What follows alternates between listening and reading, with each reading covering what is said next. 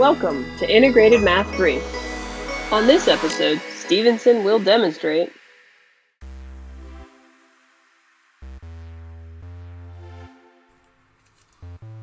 Take a moment and look at this equation.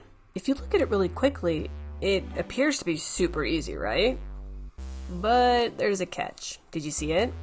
Did you notice the inside is 2x and not x?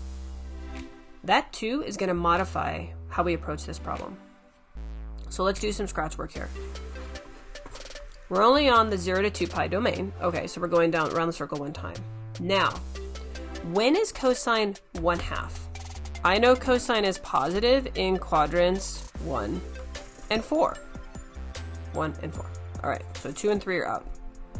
So there's two possible angles here that will work for me. Well, I know cosine is 1/2 up here at pi over 3, and then it'll happen also down here at 5 pi over 3. The issue, though, is those aren't actually my answers. Those would be my answers if this was a single x, but it's not. See, this cosine function is undergoing a transformation of b equaling 1. So that means it's going to be a horizontal compressed by 1/2. So it's modifying my angles. So let me show you a way you can figure this out. So what you want to do is you want to take your input and you want to set it equal to the angles you're trying to get. So in this case, I'm trying to get pi over 3, and I'm trying to get 5 pi over 3. So what I want to do is solve these.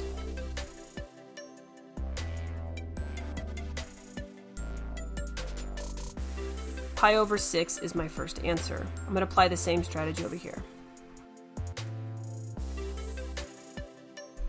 So here are my two answers. So algebraically, we could take the inside argument, set it equal to the angles we know will give us this result, but they're being modified. So by solving, we can figure out what is the true angle here. So what this means is if I take pi over 6 and I plug it into here, I'm going to multiply by 2, it's actually going to generate a pi over 3. Then when I take the cosine of it, I get what I want, 1/2. There's another way we could have approached this, if we used transformations. B is 2. That means it's greater than 1.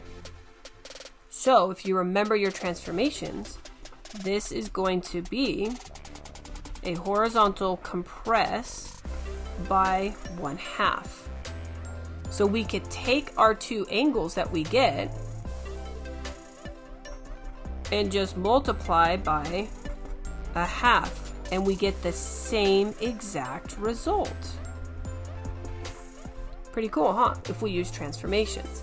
Now, if you forget your transformations, you have a backup. You can always solve it algebraically. But if you remember your transformations, all you have to do is interpret that b value, and then you can modify your angles directly and not have to do any solving in that sense. However, in both cases, it still requires you to be able to determine what are the two possible angles that yield this result, and then you have to modify them based on what's happening inside your trig function.